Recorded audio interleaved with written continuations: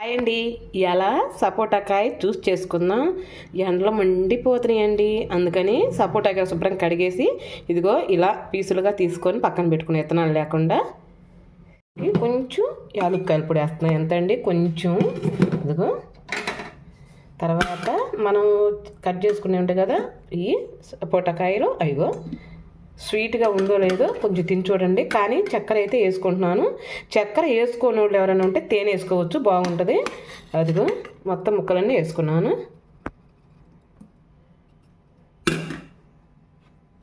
మేము మూతపెట్టి మెత్తగా పేస్ట్ చేసుకుందాం.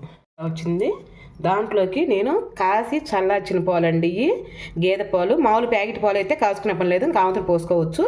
నేను గేదె పాలు కాబట్టి కాసి చల్లార్చి ఫ్రిడ్జ్లో పెట్టాను. బాగా దాంట్లో పోసుకుందాం. కొంచెం కొంచెం పోసుకుంటూ పేస్ట్ చేసుకుందాం.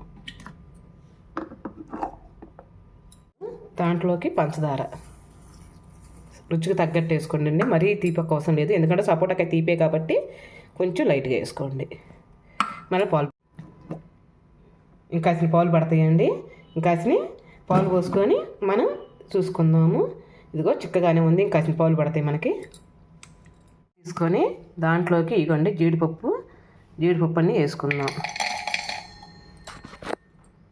ఒక్కరో బూస్ట్ వేసుకుందాం. ఒక్కరో వేసుకుంటున్నాను, ఎందుకంటే మళ్ళీ ఆనక దాని మీద చల్లుకోవడానికి ఉంటుంది. కొంచెం అదిగో చేసుకుందాం.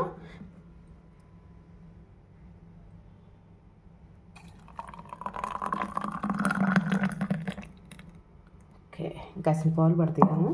కాసి దీంట్లో కూడా పోద్దాము. ఓకే, ఒక్కసారి పైకి నుంచి కిందకి చాలా బాగుంటుందండి. అసలు ఫ్రిడ్జ్లో పెట్టుకొని చల్లగా ఐస్ గడ్డలు వేసుకొని తింటే ఐస్ గడ్డలు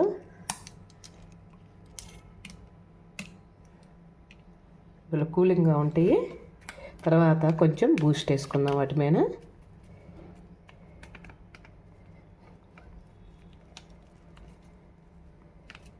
ఏమి రుచిగా ఉంటుందండి నిజంగా ఫ్రిడ్జ్లో పెట్టుకొని కనుక.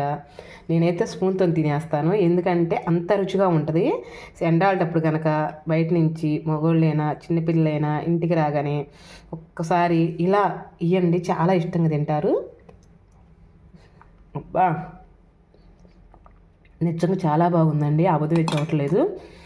ఒక్కసారి మీరు ట్రై చేసి మీకు నచ్చితేనే ఒక లైక్, ఒక కామెంట్ అండి. ఎంత బాగుందంటే ఇంక దీన్ని ఫ్రిడ్జ్లో పెట్టుకొని నేను బాగా మధ్యాహ్నం 2 3 తాగుతానండి. అస్సలు ఆ జీడిపప్పు అదిగో చూసావా ఎలా వచ్చినాయో.